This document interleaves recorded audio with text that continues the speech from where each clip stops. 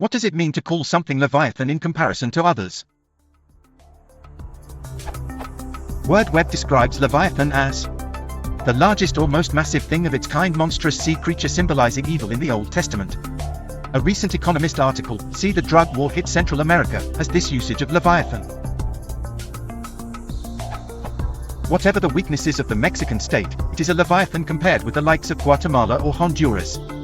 Large areas of Guatemala, including some of its prisons, are out of the government's control, and, despite the efforts of its president, the government is infiltrated by the mafia.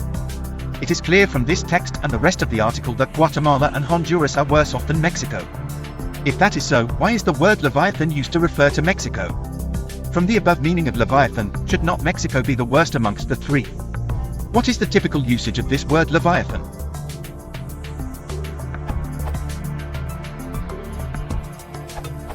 It is a reference to the philosopher Thomas Hobbes' magnum opus, Leviathan. In that work, Hobbes argues for a powerful, far-reaching state, a Leviathan, so to speak, to curtail what he sees as man's base and destructive instincts without the hand of a strong sovereign to guide him. It was Hobbes who famously called the natural state of man solitary, poor, nasty, brutish, and short. Hobbes did name his book after the massive beast in the Bible, but he used the reference to the beast's massiveness in a metaphorical and positive sense to emphasize the key idea in his theory of the social contract. In other words, what the Economist is saying is that Mexico is better off than Guatemala and Honduras because their state has capability to protect against the base state of man.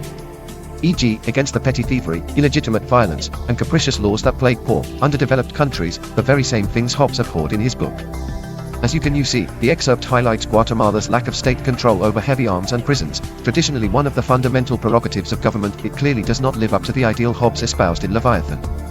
Mexico, as weak as its government is closer.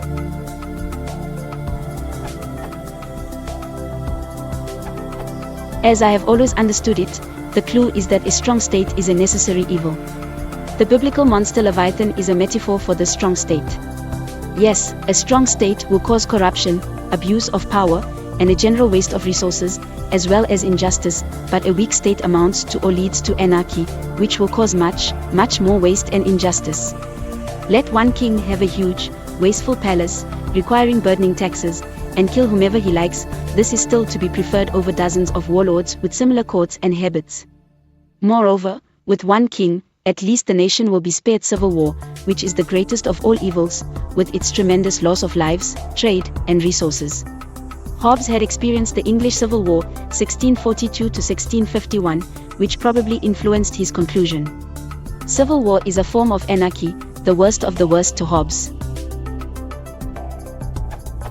In the case of Mexico, the author means to say that, yes, the Mexican government is to a large extent corrupt, unjust, and wasteful, but at least it is strong enough to prevent anarchy, which the equally corrupt governments of Guatemala and Honduras are not. There is nothing between Leviathan and anarchy, and at least Leviathan provides some degree of stability. Of course, much could be said against this position.